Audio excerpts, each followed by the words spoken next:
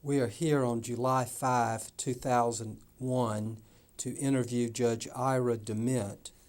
The interview is being conducted as part of the Oral History Project of the United States District Court for the Middle District of Alabama, a court on which Judge DeMent has served for 10 years and before which he previously served as United States Attorney for 8 years. The interview of Judge DeMent is being conducted in his federal courthouse chambers by David Byrne, Jr., a former Assistant United States Attorney who worked in that capacity with Judge DeMent and who now is an attorney practicing law in Montgomery, Alabama. Good morning, Judge. Good morning, David. We would like to know a little bit about you, your early days, your career as a lawyer, your career as a public servant and as a United States Attorney, and finally, your judicial career. Please tell us a little bit about the early days of Ira DeMent.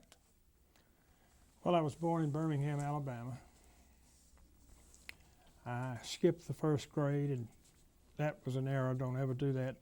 I advise all parents not to skip grades or start their children early in school. I was always the smallest person in my class, the shortest person in my class, the least mature person in my class because I was a good year or more ahead of everyone chronologically, but not from a maturity standpoint. I finished Phillips High School. To show you how far back I go, I took ROTC in Phillips High School, and my rifle was an M1 or M3 Springfield. That's model 1903 bolt action. I became very interested at that time. I think that's what sparked my interest in the military. Okay. I grew up in Birmingham, went to Phillips High School, graduated, poor student, not a good student at all, had the ability but would not study, except things that I enjoyed. My advice there is different from the advice I gave parents earlier. Judge, as you left John Phillips High School in Birmingham, and because of the early influence of ROTC, you ultimately were to become a citizen soldier over a number of years. And 37 years, 6 months, and 10 days, I believe. One of the fairly early steps in that process was your selection of the Marion Military Institute, and that was ultimately to become a lifelong influence on you and your career path. It was. My parents selected it because I was such a poor student in high school. And Marion Military Institute did great things for me. It taught me discipline, taught me duty, taught me discipline to my country, patriotism, honor, and it really started me to understand that if I were going to get anywhere in life, I was going to have to start studying some. And I believe at Marion Military Institute you met a lifelong friend who ultimately you were to follow as the IMA to the Judge Advocate General of the United States Air Force, and that friendship was welded at Marion. Is that correct? Bob Norris was the Judge Advocate General of the Air Force. He was at Marion Military Institute a year behind me. And we lived on the same floor in North Barracks, and I got to know him fairly well. I didn't see him for 30 years, and then I ran into him in the Air Force Reserve. I was a full colonel at the time, and he was also a full colonel. He went on to become a Major General and the Judge Advocate General of the Air Force, and he selected me as the reserve military aid to TJAG in the event of mobilization assistance, the title. As you left Marion Military Institute, you did so with distinction. You were a distinguished military student at Marion. You ultimately left there to go to the University of Alabama. Tell us about those days. There were 2 more awards I'm proud of. I was elected the outstanding cadet in the Marion Military Institute Corps of Cadets, and I was given an award for excellence in addition. Now, to the university? Yes, sir. Well, I transferred to the university, and I found out it was like having one big party every day after having gone to Marion Military Institute. And once again, I didn't take my grades seriously for a semester or two. And frankly, I got put on scholastic probation. My mother my father was dead. My mother got a letter from the dean telling me I was on the way out. Dean Adams was the dean of men. So I went over to his chambers or his offices. I cried, crocodile tears. He let me back in. I made 3 A's and 2 B's and made the dean's list. So I stayed in. I finished with a B average, but I was still not a very good student, not disciplined.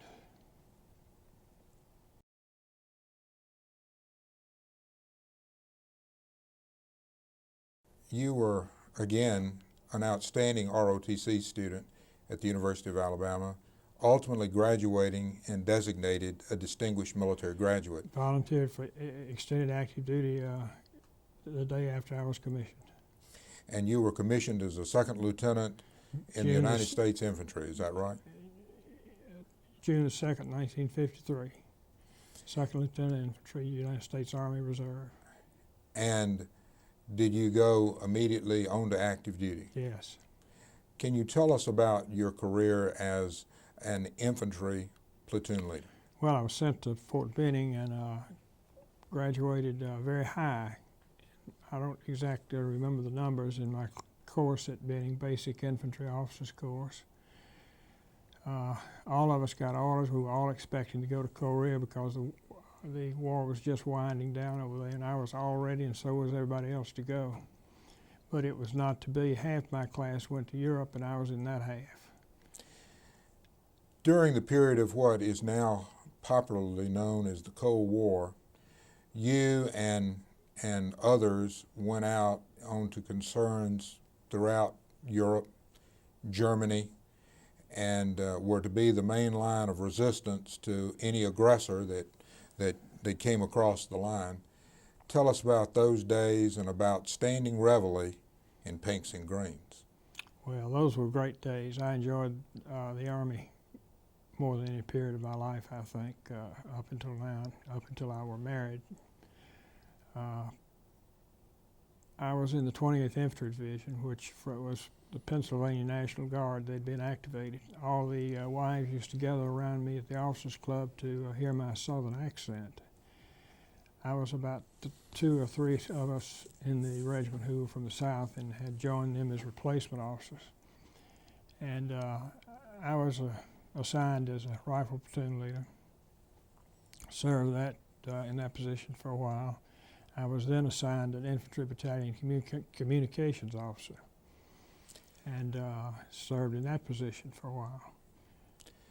This duty was arduous in the sense that I've heard accounts of having to go out on readiness exercises where literally in order to get the oil in tanks at least semi-solid so that you could crank the diesel engines, that there were fires built under there and there was bitter cold and anything other than easy duty. I've slept out in 20, 30 degrees below zero in a chicken feather sleeping bag that the Army had issued me. And you would emerge in the morning with chicken feathers all over your clothes. And you could also put a candle in your tent that would cause it to, instead of being 30 below zero, it would come up to about 10 below zero, and you thought that was warm except you'd burned all the oxygen out of your tent. But it was still fun because we were on the Czechoslovakian border, and we always were ready for whatever came our way, which would probably have been a couple of a couple of armored divisions. Those days were one of uneasiness, both in a world sense and at home as well. But you were to end that period of active duty somewhere around 1955, and your early ambition or desire to go to law school was going to be ultimately recognized, again, returning to the University of Alabama. That's correct. My grandfather had been a justice of the peace in Winston County, and incidentally had fined Frank Johnson, Judge Johnson, $5 in costs for fighting in 1937. That's an aside. But he got me interested in the law. I used to sit with him on the bench at Double Springs, and I went up there about 10 years ago and tried a case. I hadn't been back. My grandmother owned a boarding house, and my grandfather owned a country store. And the courthouse 10, 11, or 12 years ago looked exactly the same, and they were so happy they had just gotten window units for the air conditioning. And it was just the same as it was as I remember it as a young boy. Judge, what ultimately may have sent you to the University of Alabama for law school began with an uncle, but earlier your influences, of course, and guidance was given to you by loving parents. Tell us a little bit about those early days, even before John Phillips. Well, I'll give you the history of my family very shortly. They were farmers. My grandfather owned a general store between Jasper and Double Springs, up that area. There was a gravel road. It was not a dirt road. There was no electricity. Alabama Power Company wouldn't run a line up there because it wasn't profitable. I don't blame them. That's enterprise, but there wasn't any electricity. My grandmother owned a boarding house. I used to spend the summers up there. My father's first job at age, I think, 15 was in the Sipsey mine. He carried the canary in an underground mine after having dropped out of school at the 6th grade level. That had a lot to do with molding my personality. He said it was not a very pleasant job to carry the canary in an underground mine that entered the Earth's surface at about a 45-degree angle. My mother was very talented. She was a pianist. She was a teacher. She also taught kindergarten and first grade. I came up in Birmingham just like any other normal child, started Edgewood School. Did okay through school. Everyone does all right through grammar school, as we called it then. And my life at that time was rather uneventful. I was not outstanding in anything. But I began to get outstanding, in my opinion, in some things. Those influences, born by a father who worked in an undersurface mine, who... I'll tell you the rest of that. You'll like this. 3 years later, at age 18, he was drafted.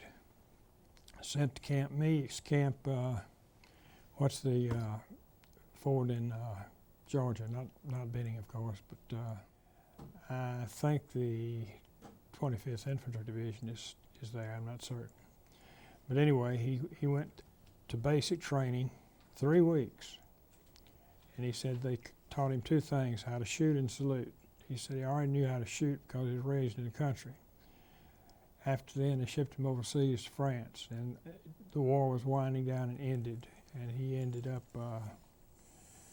in the transportation corps driving a 2.5-ton truck with solid rubber wheels on it. I've got a picture of him at home, and he served 2 years and came home a corporal. I'm very proud of him. But that ought to show you something about my personality and my... From those kind of beginnings, ultimately, as you left the Army to come back home, you were to come back to the beginnings of a legal career that have spanned now upwards of 40 years, that have been mixed with both private practice and with service to your country in the form of being a federal prosecutor. But before we get there, we've got to get to law school. Tell us how you came to the University of Alabama's law school, and who were the important influences on your early legal career? Well, I had a B average in high school. That probably would not have gotten me in law school alone, but I had a bachelor's degree from undergraduate school, and the state law at that time was that anyone with a bachelor's degree had to be accepted into the law school. So I was accepted into the law school because I had a B average, and they couldn't turn me down. First semester I made a couple of A's and a couple of C's, and I don't recall the other grade, but I was not at that time. At least one teacher, the same one, gave me the 2 A's, Professor Cohen, Harry Cohen. Thought that I had some potential, otherwise I don't think he would have given me 2 A's in the courses under which I took from him. I did better in law school, finished law school with a B average, was senior class president. Those early beginnings when you may have been the smallest in the class, by the time you had the Army experience and went to law school, you were honored by your classmates to be the president of the senior class. What was unique about that senior class? I think that senior class has more judges than any other senior class that anyone can recall from the law school. I don't know whether that's good or bad, but that's what I'm told. Not only was it a class that would yield many jurists, if I recall correctly, it also had persons who were going to greatly influence the civil rights era as it's come to be known. And among those were individuals known as Chuck Morgan and George Dean. Well, they were ahead of me, but I worked with them on a case or two or more. Later we're going to touch on your involvement with George Dean in the White case, but let me ask you, what was your assessment of your legal training at the university, and how did it uniquely prepare you to become a trial lawyer? Well, it was great back then. I'll be candid with you, though. We're getting further and further away from the common law every year, and that's very bad in my opinion.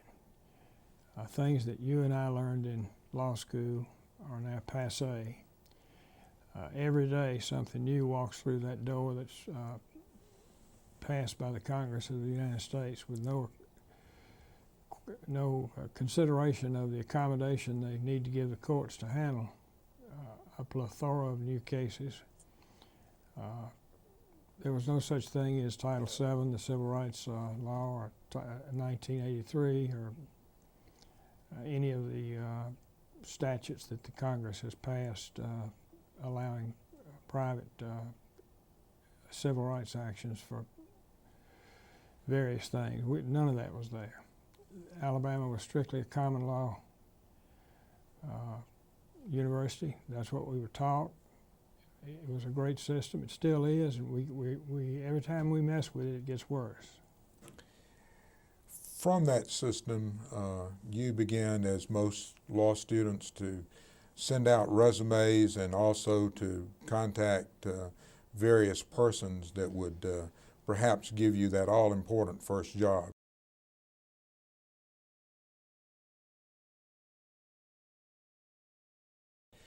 Your career path took you to the Alabama Supreme Court and that of being a law clerk. Tell us about that. Well, I was offered a job by Justice Palomero, one of the finest justices this state's ever had, and it paid the huge sum of $300 a month gross. I think it was $123.58 on the 1st and the 15th. And I went $1,000 more in debt my first year out of law school than I had graduated in debt. And just to live. As I recall, one of those first and early days, you were told by your colleagues who were also law clerks and given some input with regard to how one needed to be terribly precise in perfecting an appeal to the Supreme Court of Alabama. I believe there was a list. Oh, well, look, Justice Merrill got through early that year. So I worked for Justice Coleman, I worked for Justice Livingston, I worked for Justice Goodwin. No, yes, all those, because Justice Merrill was through. But he had me, and Bobby Siegel will appreciate this. He had me go to the Decennial Digest, 10 years of head notes, Set West Publishing Company. Alabama had more head notes under appeal and error, and that is the section that deals with technicalities and, well, mainly with technicalities and procedural matters that get you kicked out of court. Alabama had more of those than all other states combined. We used to, as law clerks, search for ways to get to kick cases out of court. And that's when young lawyers learned how to put and to ensure that the clerk put both blue ribbons under the gold seal. That's right. Charlie Kettler, who's now a lawyer in Mobile, or in Luverne, spent 4 days researching the effect of not having the ribbons at the bottom of the transcript placed under the seal and then the seal of the court impregnated on it. And he found 4 cases that said that if it didn't have that, that it should be dismissed because it could have been tampered with. Justice Merrill, for whom you served, was also one strongly committed to the idea of service to the state in the form of judicial service, but also he was a citizen soldier as well, serving in the JAG Corps and the United States Air Force. You, as I understand it, continued to serve in the Army Reserve during that period of time as a young lawyer. Is that Served correct? in the Army Reserve for 20 years and was a lieutenant colonel. Couldn't find any place to be assigned at that point. And I was U.S. Attorney then, and I was invited by the Air Force to laterally transfer and to become a judge advocate in the Judge Advocate General's Department. I did so and served 17 years, 10 months and 6 days more, I believe, and was promoted all the way from Lieutenant Colonel to Major General. And I probably got ahead of our story, but as I understand it, after you left Judge Merrill, you went and served as an Assistant Attorney General for the state of Alabama. I did. I was hired and assigned to the Conservation Department. The Conservation Department at that time was the largest law enforcement agency in the state. I spent the first summer down on the causeway. Some land had accreted up to the causeway, and a man had put a honky-tonk on it 20 years ago, and he was trying to claim adverse possession against the state. And we spent a whole summer down there.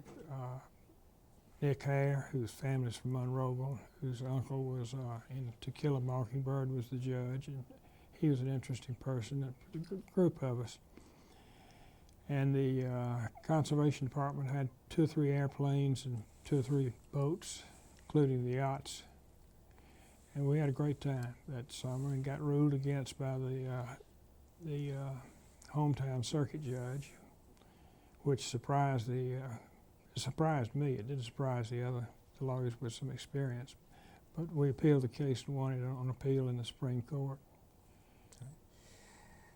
How did you get recruited to move from the state attorney general's office to become a federal prosecutor?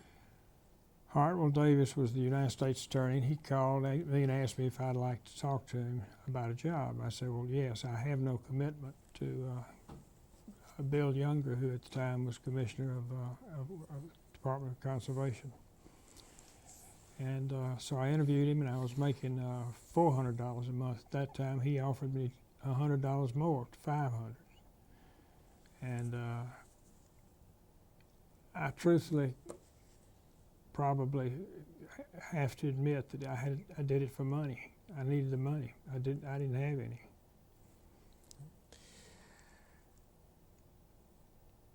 I'm not certain of when in the chronological series of events, but tell us about meeting the love of your life, Ruth Posey, and when that occurred.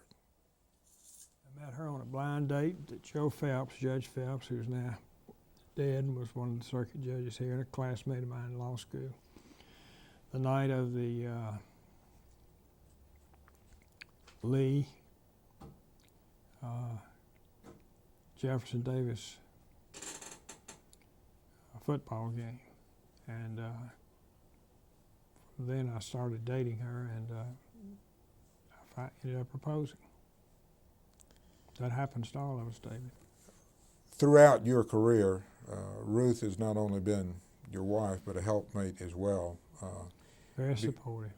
Because she has seen you in various government positions and also as a private attorney, and yet given you the freedom still to pursue your interest as a citizen soldier and take those 2 weeks that otherwise would have been vacation and spend them on active duty somewhere in the world. Much more time than that once I got to be a general officer. Tell us a little bit about your entry into private practice. Well, again, I'm too quick. Tell me a little bit about your tenure as an assistant United States attorney. Were you on the criminal side or the civil side or both? Well, there were but 2 assistants at the time, and I had all of the criminal. And we had ITSMV cases, that's stolen motor vehicle cases, moonshine whiskey cases. That's the majority of our caseload. Criminally was moonshine whiskey. Counterfeiting, bad checks, white slave traffic. Every time they'd have a cleanup in New Orleans, we would have about a dozen or 2 prostitutes move into Montgomery and out of New Orleans. So we always had some of those cases. And of course, since the morality of this country has gone to hell, we have none of those anymore. But we had a variety of cases that we have now that we didn't have then. Bank robberies were big then. They're not now. The state is handling them now with our assistance. I say our, I mean the legislative branches. The executive branch assistant, not with the judiciary until they get to court. In those days, were there many drug cases, or did the federal courts? Not a single one. In the entire time I was an assistant U.S. attorney, about 2.5 years or more, I don't recall a single drug case.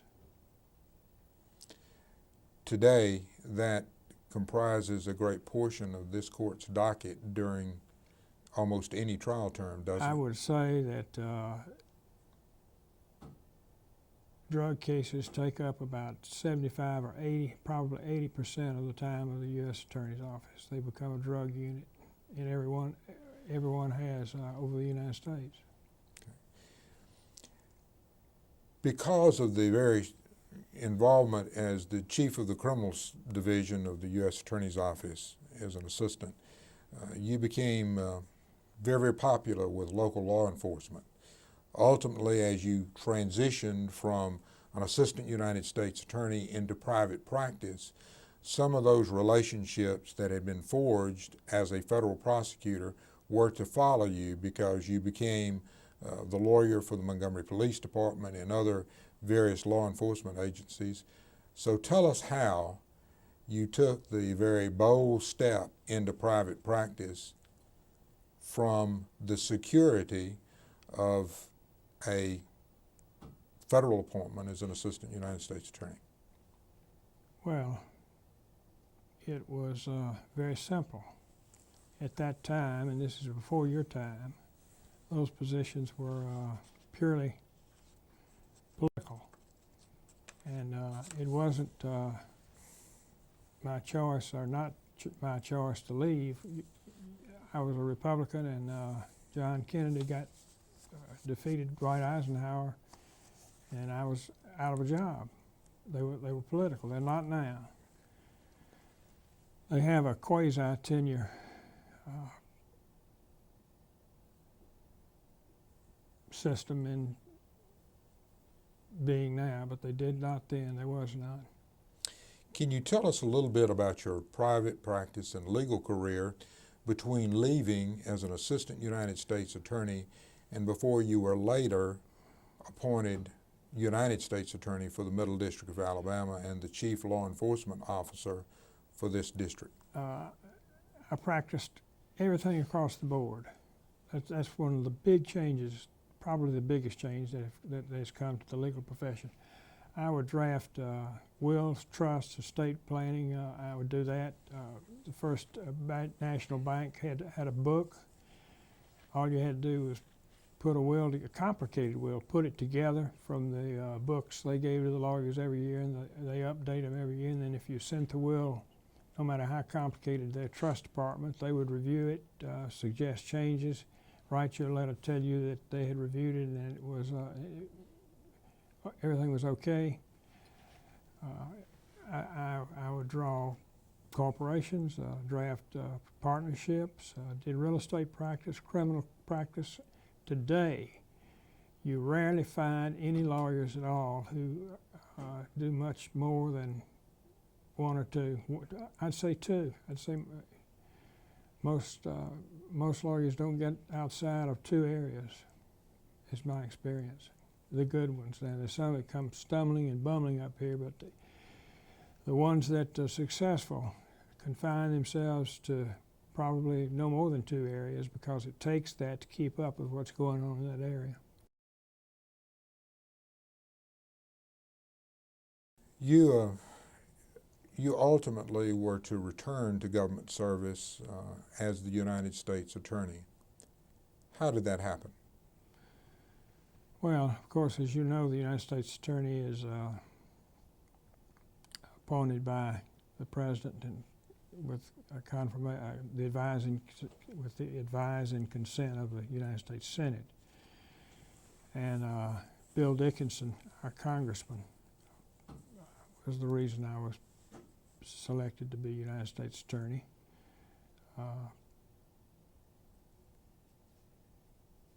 I had entered my name to be United States District Judge and United States Attorney, either one, and I was selected by him to be United States Attorney. I'm glad I was, because of the fact that had I been selected as a U.S. District Judge, I'd have been here 25, 30 years. Judge Johnson was on this bench 26 years.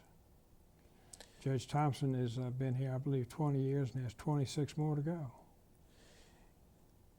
You came to not only work as the chief law enforcement officer, but began a strong and lasting friendship with the chief judge of this district, Judge Frank M. Johnson, Jr. Well, it was because of our families both being from Winston County. And the first case I tried in front of him in Opelika, Alabama, he threatened to put me in jail. for arguing with the court. That's when I learned not to argue with the court, with a court, argue to the court. Make that clear to the judge. Now, Judge, I'm not arguing with you. I'd like to argue something to you, however, if you'll let me. And obviously, over the years, that was to be wise counsel. The U.S. Attorney's days were very, very important, probably history altering. They were, and you were there. You were in the criminal division. There was a case that would come to be known as the Wyatt case, and as a young assistant United States attorney, literally the second week I was on the job, you told me to get in the car with you, and we went to Partlow in Tuscaloosa, and there we were to see things that ultimately would be played out before Judge Frank M. Johnson's court in the landmark decision of Wyatt. And the citizens of this state, because I had called every newspaper I knew, and I told them I was going to go up and go through Partlow. If you recall, when we got there, there was a barrage of, there was a division of Army of press, which could be ethically questionable, but I thought that the citizens of the state ought to see what was hidden behind the walls at Partlow and Bryce. Well, once you get the public opinion behind you, you'll get action out of your state government. Those days were unique, and captured in one photograph was a child that was partially browned, literally with gravel in his mouth. And you were to walk to that child, loosen those bonds, and to remove the rocks from his mouth. Yeah, I did that.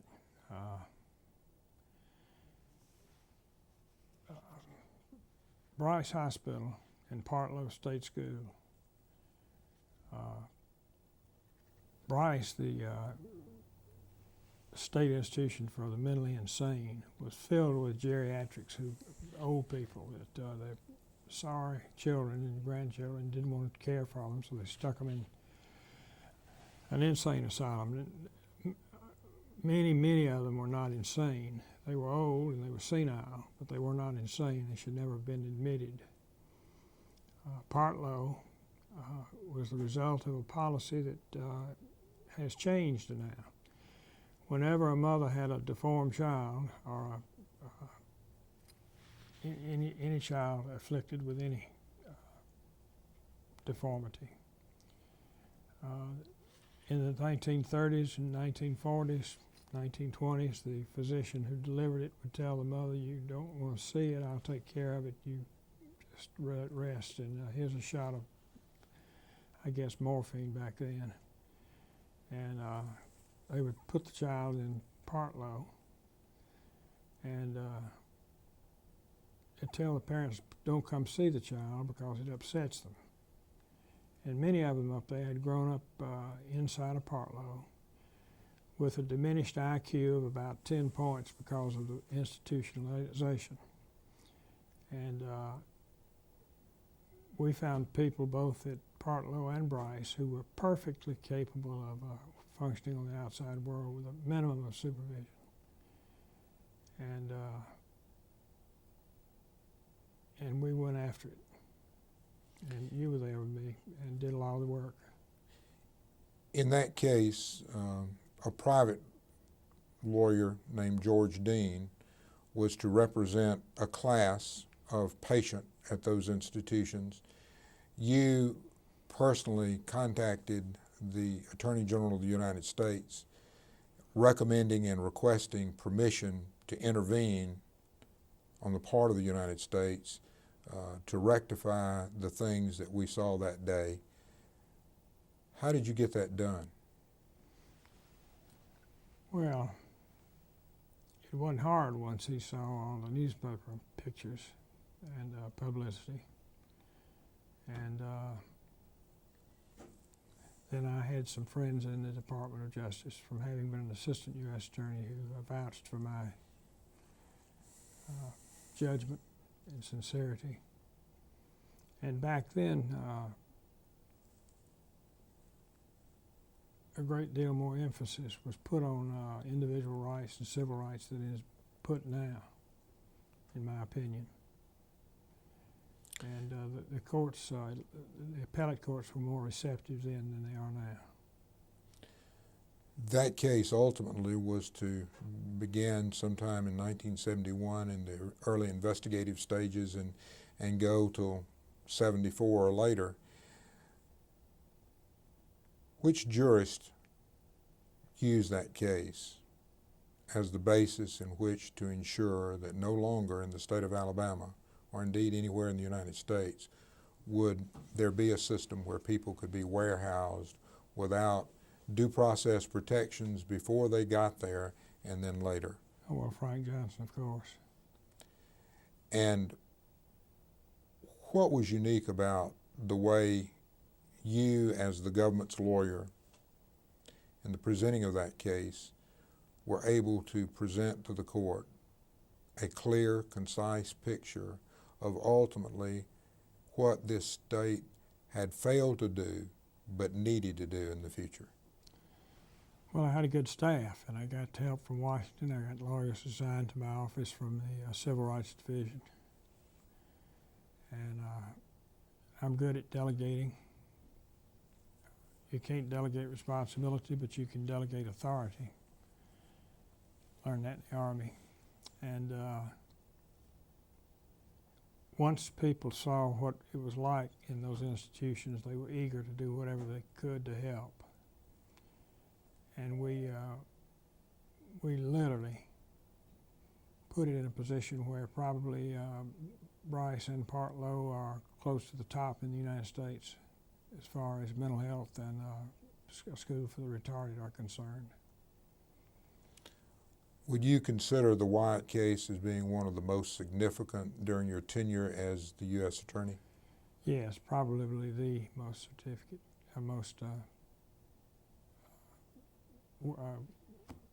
most significant. Wyatt was to spawn a number of other cases that were to become important in the process that you described as being a parade of horribles.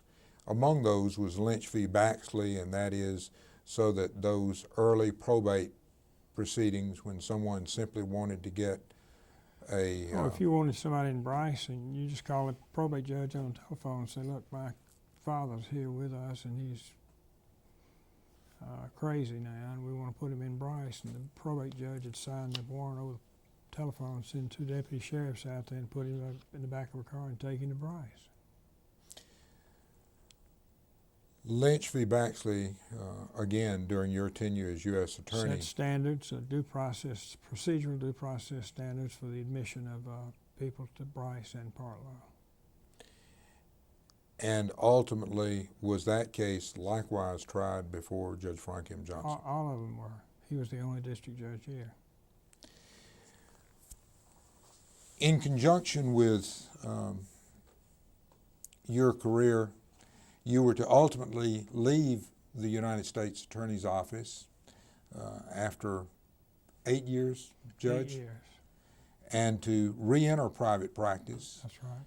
And to become, at that time, a successful trial lawyer with plaintiff's cases, and also tried as defense counsel important and significant criminal cases,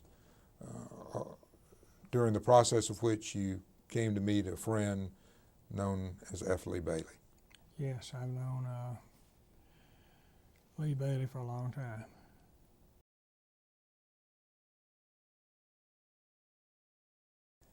Tell us about your private practice during those years leading up to your nomination and confirmation as a United States District Judge. Most of it was criminal.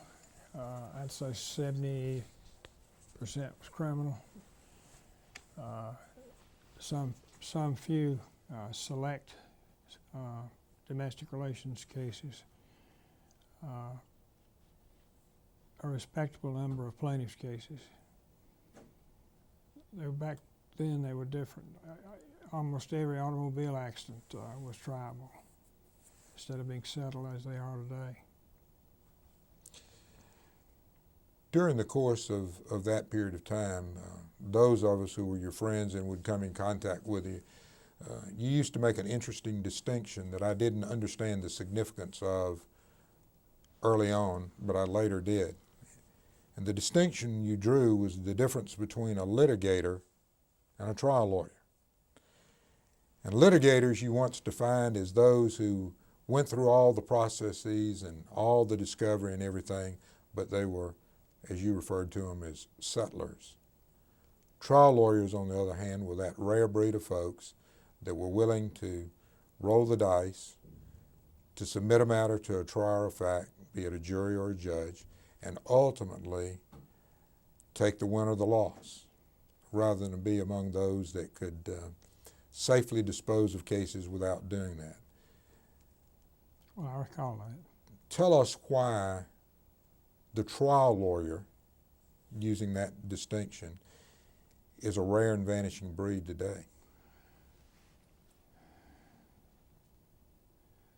I don't know, but it is a brand, a vanishing breed.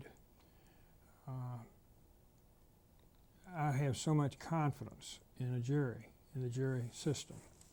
The jury system is the great leveler, the great equity provider.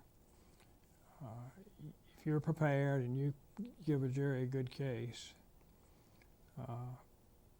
with rare instances, you'll get a good verdict. And fewer and fewer lawyers are, I guess it's the time. Things move so quickly. Back then we had a telephone and a typewriter to write letters on. Look at what you have today. For these young lawyers bring me draft opinions with citations where the case was decided yesterday, for God's sakes, and that was unheard of. I think that because things are moving so rapidly that the routine cases can settle and do settle. As you began to pursue the dream of being a United States District Judge, and I know that this portion of it is a little bit awkward for you, but I may say, as an outside observer, your decision to pursue a judicial career was one at financial sacrifice. Well, I was making more money as a lawyer trying criminal cases, yes. And I don't know if you remember this, but I've heard you remark before that no one ought to try to be a United States attorney, much less a United States District Judge, where they're not having to take a cut in pay to assume that office. That's very true. Why is that, Judge? Because your motive is different if you're doing it for the money. Although I'll quote Bob Dole to you. They asked him why he wanted to be president, and he said, "It's inside work, it pays good, and there's no heavy lifting." But that's a joke, of course. The motive ought to be service to your country and your state and to humanity. That ought to be the motive. And the motive ought not to be to make money. When did you, I guess, get the first stirring that you wanted to be a United States District Judge? Well, I lost out on the first go-round when I was appointed United States Attorney, which is a great job, just great. It'd be the greatest job in the Department of Justice if it were permanent, but it's not. Thereafter, I thought that that being a United States Attorney would be, or rather being a United States District Judge would be the ultimate goal as a lawyer. I really did. The same as in the military, I'm just as proud of being a retired Major General. And it's the same cause and effect, same reasons. That spirit of service was ultimately to try to lead you to seek the appointment United States District Judgeship and that vacancy that would come about in the Middle District of Alabama. Yes. Tell me about that process from your point of view. Well, I'll tell you what Dick Kleindienst, who was Attorney General when I was U.S. Attorney, told me. He said the Alabama process is the Alabama political process in nominating a district judge is the, I don't know whether he would use the word nastiest or dirtiest, I think is the word he used, of any state in the nation.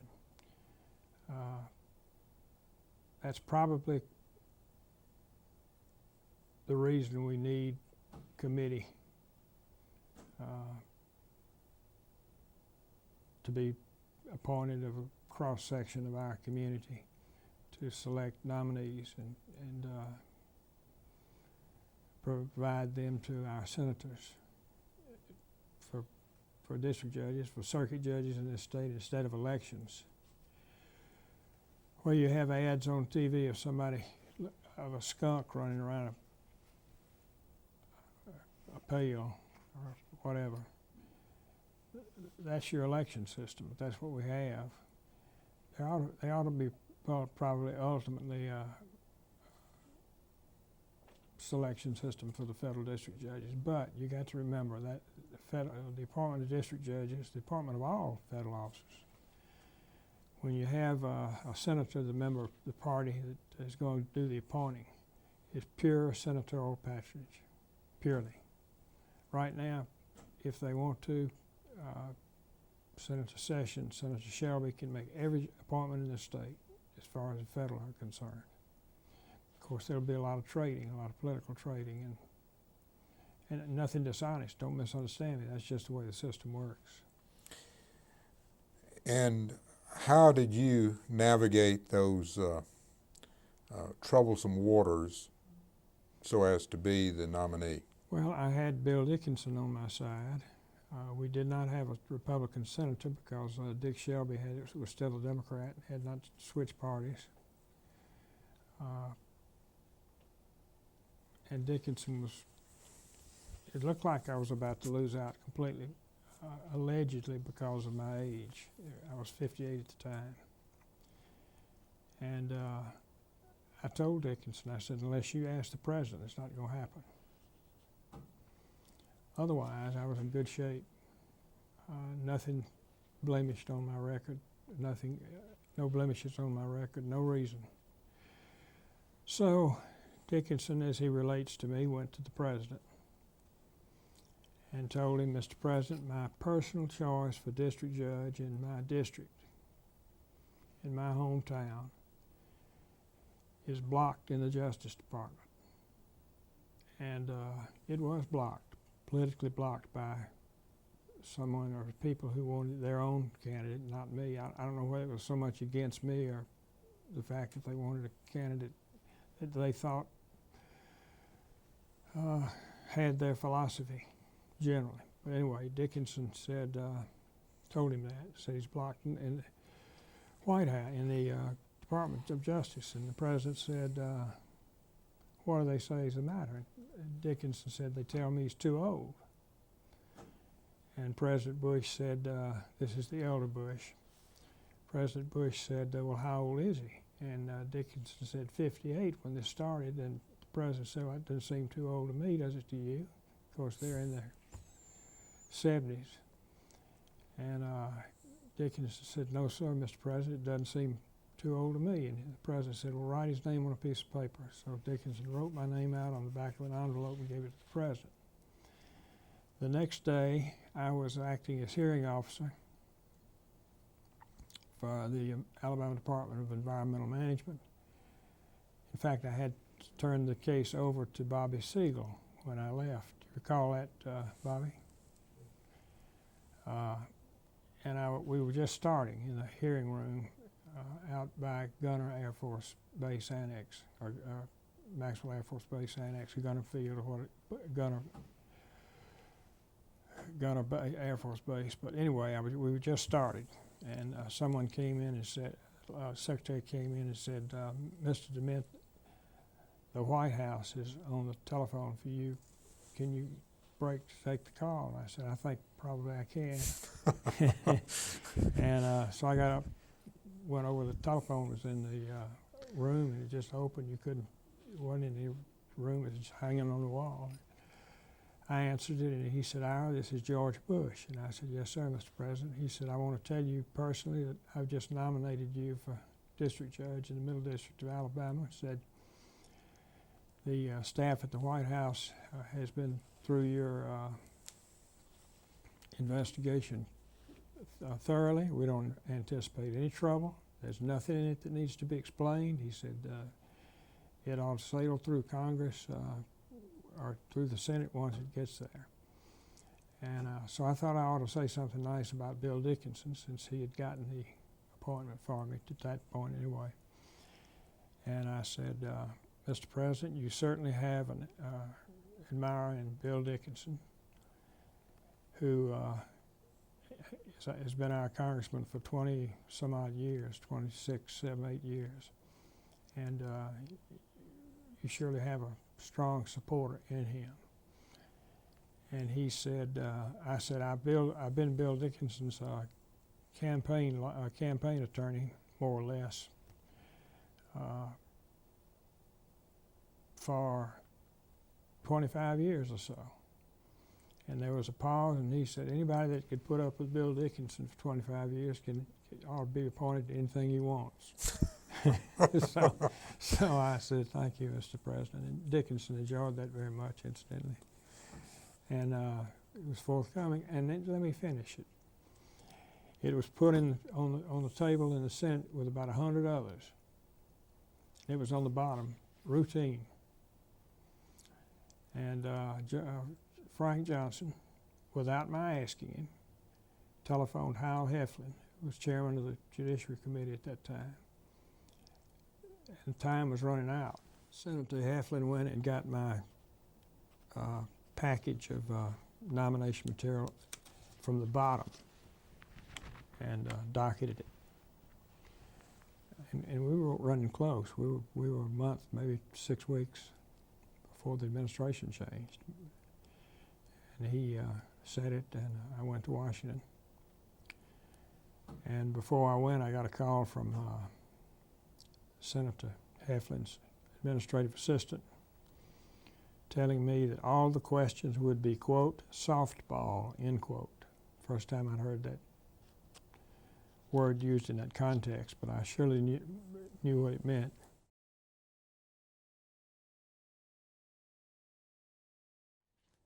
Today, having had a decade on the bench, there is, at least in the media, the prospect that judicial nominees, even at the district court level, may be required to, among other things, give judicial philosophy, state opinions on particular topics that are supposedly a litmus item for one particular party or another. What part, if any, do you think that ought to play in the selection of and the nomination process of United States district judges? District judges, not the Supreme Court justices. No, sir. Well, it ought to play a great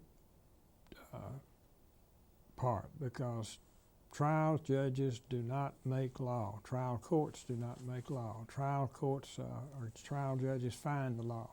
You'll never see in one of my opinions the word hold, I hold, because trial courts don't hold. Trial courts find. You'll see in every opinion I write, the court finds. Trial courts are like a jury. We find the law and apply, or find the facts and apply the law to it. The same thing a jury is supposed to do. It isn't up to a trial court to make law or to determine what the law ought to be, or to change the law like the Supreme Court does from time to time. Trial courts are to find the law and apply it and come up with an opinion. So your view of stare decisis is much guided by your views about the common law? Absolutely. And stare decisis is about gone out of fashion in the appellate process in this country. When were you sworn in as the United States District Judge for the Middle District of Alabama? I think April 15, subtract 10 years from this year. And when you came on the bench, were there a pile of cases waiting for you, and how did you attack the job? Well, Judge Hobbs stepped down and became a senior judge. And I think all the cases he had were divided up. And I was given a third of the ones selected by some process. But I'll say it this way politely, I didn't get the easiest cases in that process. The ones with the heaviest files seemed to gravitate down this way. They did. And as I guess whether we're talking about student status or being the youngest lawyer in an organization, even with judges, sometimes things roll downward by gravity if by no other discernible means. Sometimes. Tell us a little bit about your judgeship here in the Middle District of Alabama and the collegial atmosphere that exists among the judges in this district, both active and senior. All the court gets along fine, and although we have certain different philosophy to some extent, but like I say, if you do your job as a district judge, your personal philosophy should not in any way interfere with your findings and with your judgment. Can you comment, Judge, on your approach to the trial of cases and making decisions? Sure, if they're over with and done.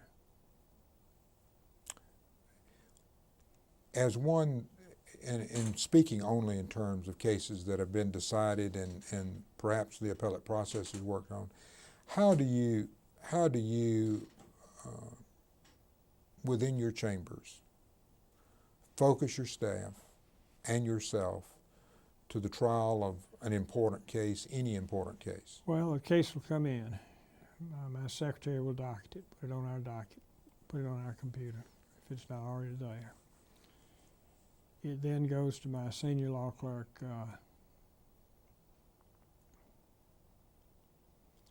and she and I discuss the case, what we think the issues are, just what it looks like. Difficult, not difficult, weighty, not weighty. We discuss it the way we were discussing it without actually doing any research. It is assigned. I have 3 law clerks at the present time because Judge Hobbs is nice enough to allow us to have one of his law clerks. It then will be assigned to one of the 2 law clerks that handle the run-of-the-mill cases, and my senior law clerk takes the real tough ones, the real difficult ones, and she and I work those, and the law clerks and I work them. They come in, they discuss them with me, and they go over the case. I have a general idea and a general feel of how it ought to be handled. I have a general feeling of what the outcome ought to be. I think this is the law. I think that it ought to go this way, and then the law clerk will do a draft opinion. It'll come back to me. I'll edit it, call the law clerk in and tell him or her that I don't want it done, this doesn't sound right, redo this paragraph or redo this page, do this whole part. In my office, it's an interplay matter. All the law clerks edit each other's drafts in anything they do. then it comes back to me, and it's just a process of all of us working, the law clerk and I working on the draft and on the law. And then we come up with an outline that looks like what I want, and the law clerk writes it, I polish it up, add what I want to add, delete what I want to delete, and we finish it, and then at some point in the process, all of the other law clerks have read it, edited it. And the more complicated the case, the more time it takes. That process is interesting to me because I can remember as an assistant United States attorney on the criminal side, we used to handle all of our own appeals from cases that were resulted in convictions before the district court. And I can also remember a time that I found out that your training and background in certain academic disciplines may have been one thing, but what many people did not understand, at least I did not understand as an assistant United States attorney, was that you had paid part of your way through law school being a proofreader and undergrad. Right. And I might suggest an exacting proofreader, Well, as some of my early efforts to the Fifth Circuit would probably bear witness. But how does that training evolve into your staff's handling of drafts submitted to you, and ultimately what comes out, either in the form of a published or non-published opinion? well, I have a published, very prominent opinion where the word marshal is spelled with 2 R's. And how I overlooked it, I'll never know, but every time I look at it, I get mad. You're talking about editing for form. I'm talking about what now I do. I edit in a much broader sense. I edit for content, I edit for approach, for philosophy, all within the law. Fortunately, we are able to certify questions to the Alabama Supreme Court if the state law is undecided or not decided in a case. If we run into a case where we have to apply law from the Supreme Court of Alabama or the Courts of Appeal of Alabama, that we only certify the Supreme Court that are not appealable. You just do the best you can in determining what you think the Supreme Court of Alabama would do with that case or under those circumstances. Confining, I guess, your remarks to those cases, as you prompted earlier, that are already decided and have gone into the books, what are your most significant cases as a U.S. District Judge, that is, from an interest point of view, or the most challenging that you've addressed? Well, the most interesting and challenging has got to be Chandler, the prayer case. And I've got a big footlocker full of hate mail that I'll let you read sometime if you'd like. Take you a week to read it. And that will ultimately touch upon something we'll talk a little bit about later, and that is the price of service. Tell us about the development of that case and how the issues were drawn with the very public and controversial issues of church and state. Well, it came to me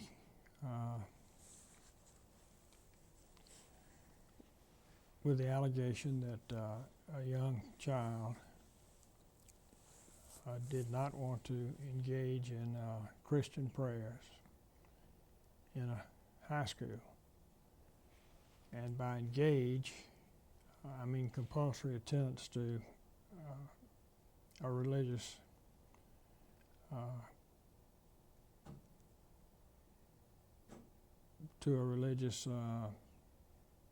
program every morning with a minister or preacher or pastor, and a healthy dose of of Christianity. And the complaint wanted that stopped. And there was a Supreme Court case squarely on it. And my personal thinking on it, and the case is over with now, my personal thinking on it is this. All that's great if it's your preacher and your church and your religious philosophy. But what if it's not? And what if your child comes home, you're a Baptist? What if your child comes home from school and she or he has his or her rosary and says, great things happen. I've been converted to Catholicism. We're doing it in school every day. We're having it over the PA system. We're having a priest comes and teaches us every day. Different question at that point. So you can't have, in my opinion, and I think the law is clear, crystal clear, that the church should not be involved in organized religion or any other religion in any way whatsoever. The state, and that doesn't mean that children can't pray, can't wear religious jewelry. It doesn't mean they can't have religious meetings when other clubs are meeting. There's just worlds of things they can do, as long as they're not tainted with state coercion. We could talk all day about the issues in that case. What's also of interest, at least to me as a lawyer and perhaps to others, is the fact that from personal knowledge, in many instances, you keep a copy of the Bible on your desk. For today, we have asked you to depart from your normal items that are on your desk, but among those is the Bible, to which you have very strong commitment in faith, but yet the principle of stare decisis led you to decide the Chandler case in the manner in which you did. Absolutely. I didn't have it. There's the law staring you in the face. What do? Disregard it? Some judges would, probably. Some judges did, in my opinion. As a passage, I recall one that was pointed out to several of us by you, that unto those to whom much is given, much is required. I required that of my assistants. I sure did. And that philosophy, which is scripturally based, guided your decisions in Chandler, didn't it? Yes. I guess courts, lawyers are inseparable parts of the calculus that goes into the judicial process. Can you give us just your opinions and views of the bar of the Middle District of Alabama? It's an outstanding bar overall. It is large to the extent that it has lost much of its attractiveness that existed when I first started practicing law in 1959.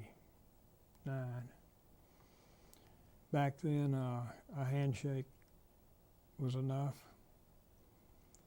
If you had a case, you called a lawyer and said, I've just been served with the papers, and he said, we'll get an answer in sometime. It would be no thought of taking default without calling you and say, look, you got to answer this case. And get it, how about getting it in?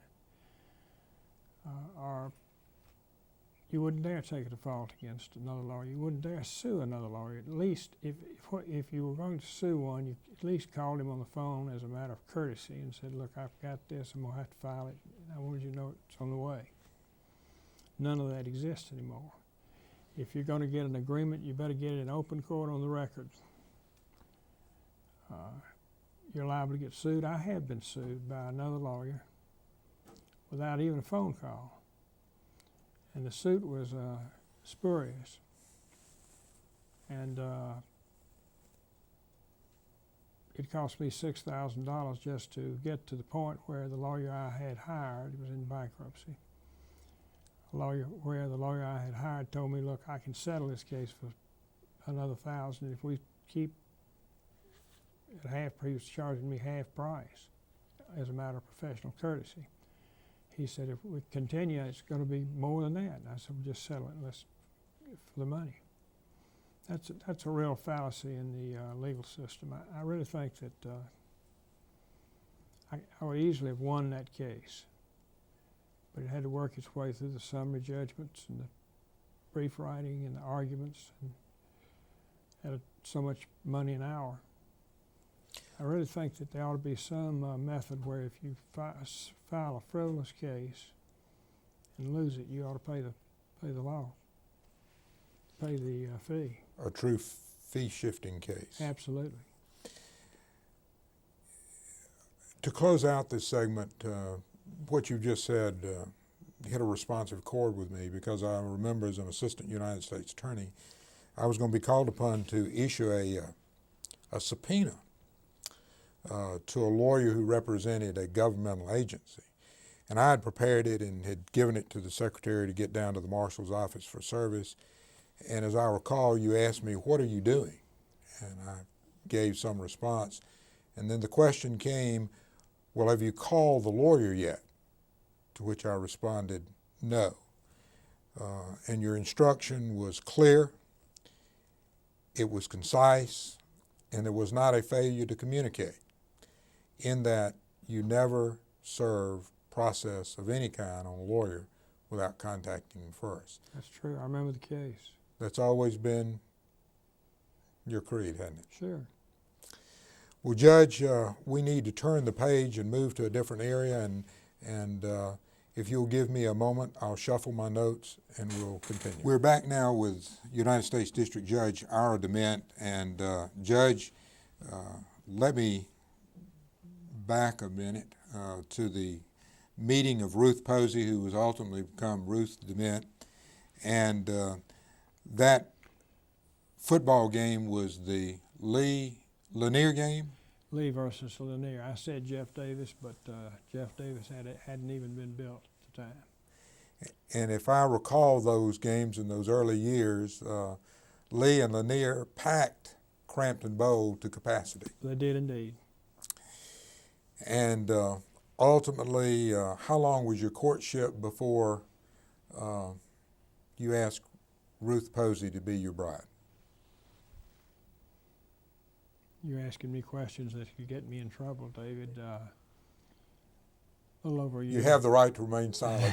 A little over a year. Now, Judge, we talked a little bit about Lynch v. Baxley, and in transitioning to that topic, we were also talking about the common law and the fact that so much of what is done today in federal courts is the product of the application of various laws that have been placed on the books by the Congress of the United States and the 14th Amendment to the Constitution. That's right. With respect to Lynch v. Baxley, there was a three-judge panel. I had forgotten. For many years before the federal courts could hold a statute, or I believe city ordinance, unconstitutional, I'm not certain on that, had to take a three-judge panel. And I said, Judge Johnson, I urged Judge Thompson, Judge Varner, and Judge Reeves. Judge Reeves were all three on that panel. That was a three-judge panel, yes. Although 1983 was passed after the war between the states, quickly after the war between the states, but it really didn't start being used until the 60s and the 70s. Okay. And that litigation, those statutes were soon to become the jurisdictional basis for a number of significant cases brought in U.S. District. Absolutely. If I may move forward then back to the time that you were the United States Attorney. We mentioned it's easy for me to call it landmark. You're modest about those kind of things. But that was not only a significant matter that came before the Middle District of Alabama, but the matter of Alabama's prison system was one that required urgent attention. Can you tell us about that? Well, yes. I intervened in that. Judge Johnson appointed me amicus curiae by name, not by office, but by name, and that litigated to completely overhaul the Alabama prison system. And that's a whole topic we could discuss, David, all day, because the prisons nationwide are in bad trouble. And the one here, I think I read somewhere an article that there was a guard here for every 1,000 prisoners at any one time in the yard. And it's going to take a riot to get something done, I suppose. That has been somewhat the history of the state of Alabama, requiring, in effect, the brinksmanship by the state of Alabama before they came to grips with their constitutional obligation. And I guess both White and Newman are signal instances of that conflict. They are, and I think that our present governor, Governor Siegelman, is attempting to do the right thing and a good job. It gets down to the same thing. You can write all the beautiful opinions, issue all the orders you want to issue, but if there's no money, what do? Do you put the legislature in jail? Do you take the governor and put him in contempt? You take money away from that agency. If you do and put it in the Treasury of the United States, you're not hurting the Treasury, you're hurting the agency that had to pay it. So it's I wish someone would come up with a solution to what do you do when you get through with the case and you've made all your findings and issued all your orders, and if they were all carried out, everything would be perfect. And they say, we'd be glad to do it, Judge, but we don't have the money. Even before the Newman case became law, that process and that dynamic of dealing with state officials and with the always pressing problem of money within a state like Alabama confronted you as the U.S. Attorney as you tried to find the middle ground as the amicus named by the court to ensure that at least the constitutional deprivations were eliminated, and yet at the same time recognize to the extent possible the sovereignty of the state process, both legislative and executive. I'm a firm believer of federalism, no question about it. But I'm also a believer that people go where they can get relief if they can't get relief elsewhere. And that right's right and wrong's wrong, and that you just can't sit back and watch some of the terrible deprivations that have occurred in this state, and I'm certain in other states too. Among the litany of things that were found in Newman were existing where other prisoners were performing minor surgery on inmates. Teeth were being extracted without anesthetic. What we would refer to as routine hygiene was not being permitted. You addressed those issues by way of evidence to the court. Was that an easy or a hard task? It's an easy task because things like that ought to be aired publicly and repeatedly. If you put those things on the front page of every newspaper in the state, there are citizens in this state who finally will take action, finally. But you have to pound it in their heads first. Okay.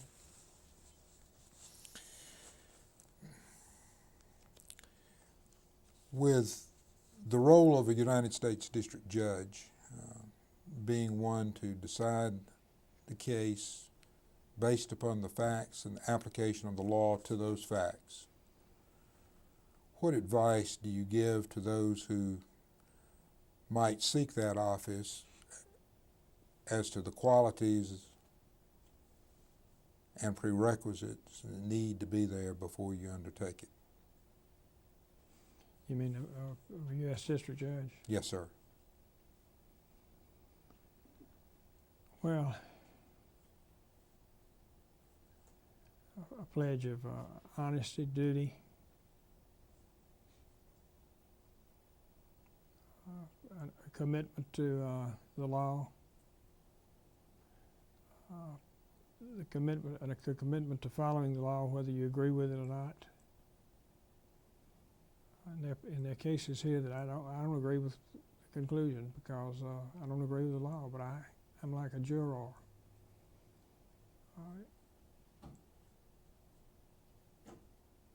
I have to follow the law. And any district judge, any good district judge, has to follow the law if he's going to follow his oath of office. And that requires at times intellectual honesty at the price of personal obligation. Oh, sure. Oh, I could have written the Newman case and said, you mean to say you can't have a prayer in school every morning? I grew up in Birmingham. We had a prayer every morning in school. And I think at Phillips High School, I think there were 2 Jewish boys in my class, and they got their turn. They read from the Old Testament, and everybody else read from the New Testament. And people don't understand why that won't work.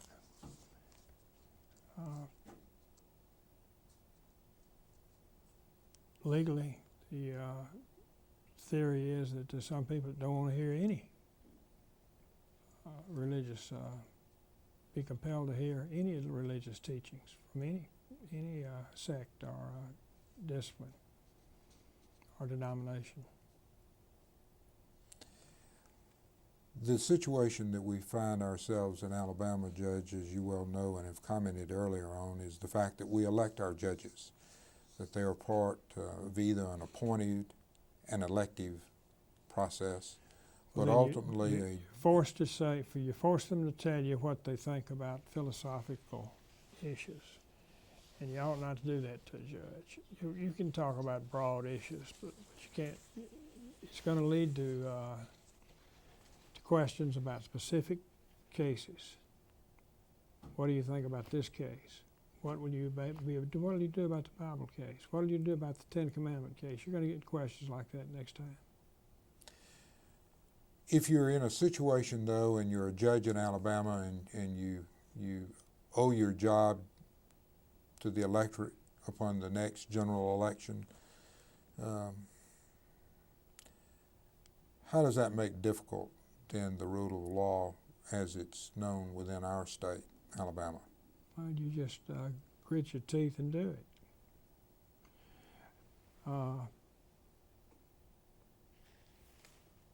Pleasantly, the Supreme Court of Alabama, the week before last, upheld me in the Justice Harold C. case, where I issued a permanent injunction against the application of one of the rules of one of the rules of professional ethics because it was overbroad. It went to the 11th Circuit, and the 11th Circuit referred it to the Supreme Court of Alabama with questions to explain the Alabama law on is there a remedy to test the constitutionality of the rule that was violated? Is it a remedy that can get you in court and out of court fairly quickly? Everything attended to due process. The Supreme Court of Alabama, and this was a pleasant surprise, bypassed all the issues and went ahead and said, yes, it's unconstitutional. It's overbroad. And what they did, it's the first time to my knowledge, is the Supreme Court of Alabama held a a rule of ethics unconstitutional that was in my court and in the 11th Circuit.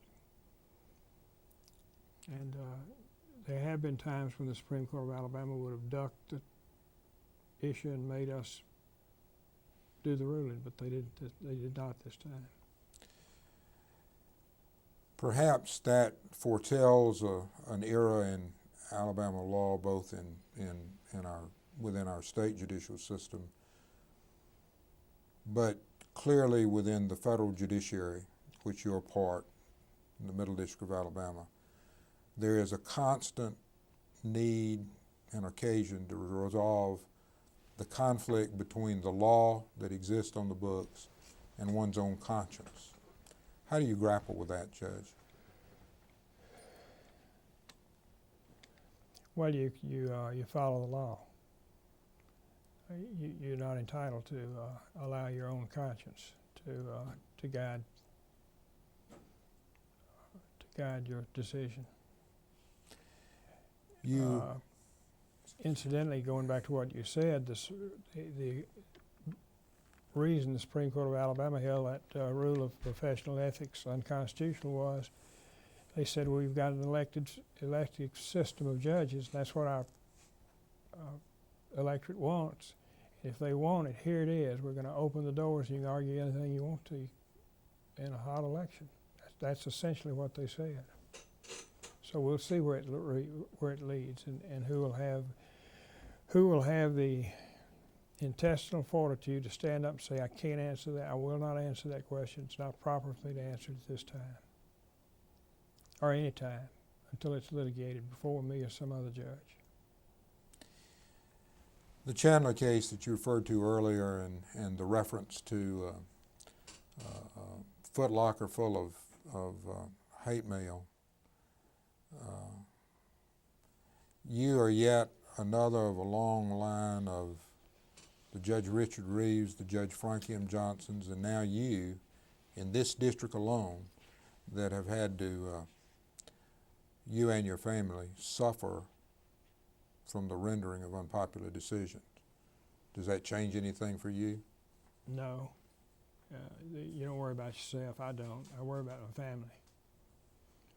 And I was under the Marshals Protection Service for 5 years, which meant that marshals were with me for 5 years everywhere I went.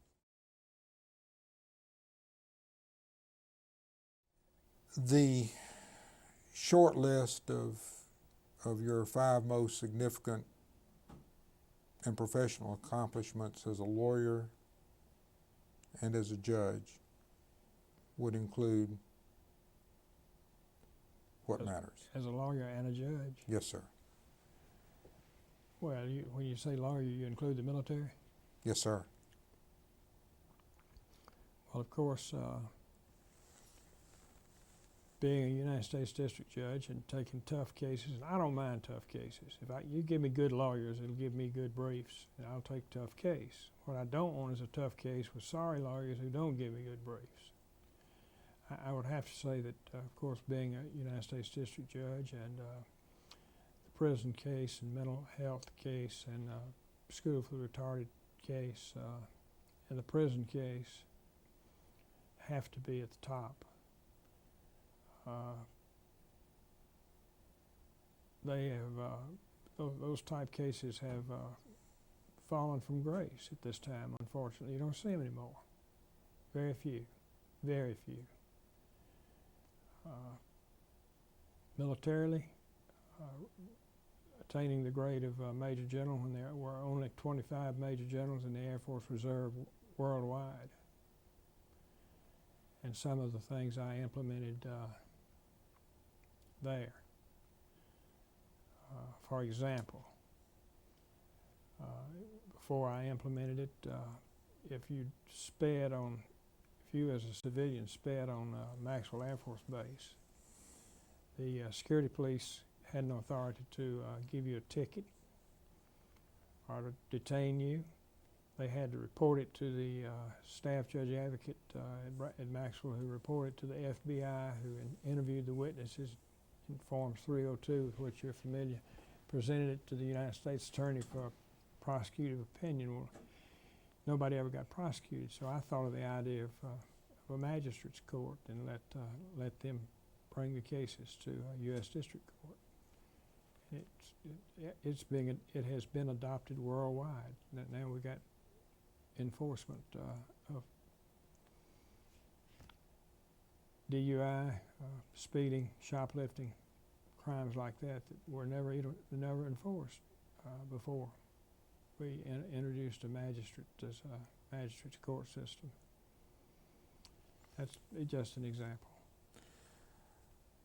The list of significant professional accomplishments, both as lawyer and judge, include the significant, far-reaching decisions in White, in Lynch v. Baxley, in Newman, the prison case. And your remark, though, that they're passé, they're not coming in and through the courts today.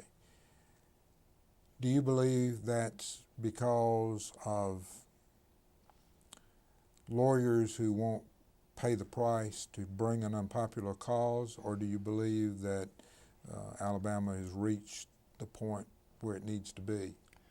No, we haven't reached the point where we need to be, but there's more of an awareness. There's less of a stigma attached to lawyers filing cases like that.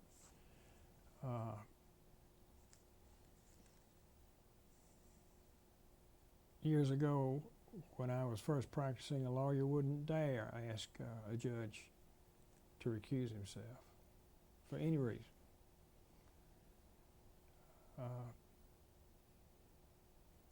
One of the judges in this circuit sat on the board of a bank and would sit on cases involving the bank and say he could be fair. No one ever asked him to recuse himself. I think an awareness and lawyers today will tackle problems they would not do years ago. But I think that the appellate courts are not as receptive for whatever good reason they have, and certainly I don't have the license to criticize them other than privately. But the appellate courts are not, in my opinion, receptive to civil rights cases as they were in the 60s and 70s.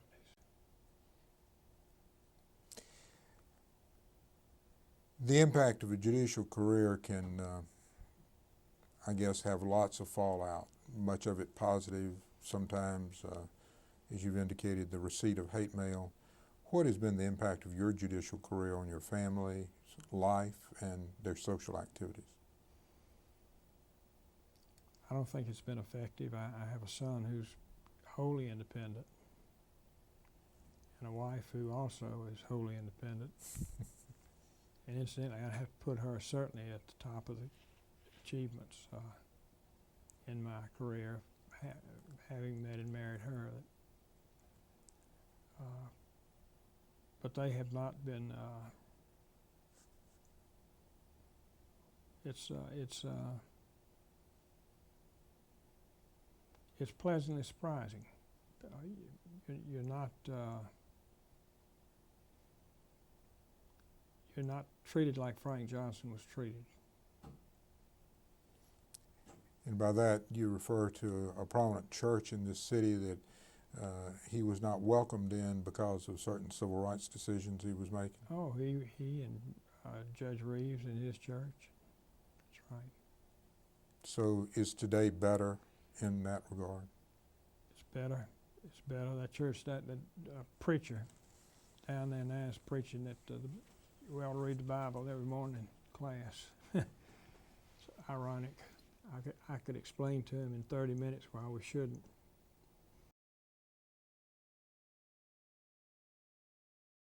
I was just going to ask, Judge, what do you think is the role of today's federal judiciary? Is it any different than those who forged the way, the Tiger Reeves and the Frank M. Johnsons? Sure.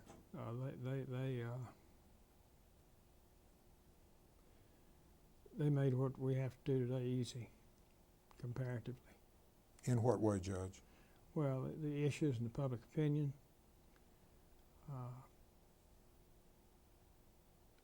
District judges don't get criticized today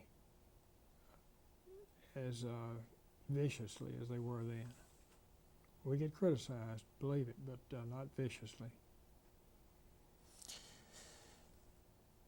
You, with point of personal privilege, you listed among those significant professional accomplishments of having acquired the hand of Ruth Posey to be your wife.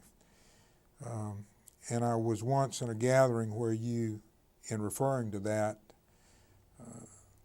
accomplishment in a manner not quite as judicial, when you say that Ruth Posey is the worst out-traded woman you know. Well, we must have been at a cocktail party. But that's... But truth is a complete defense, right, Judge? That's exactly right.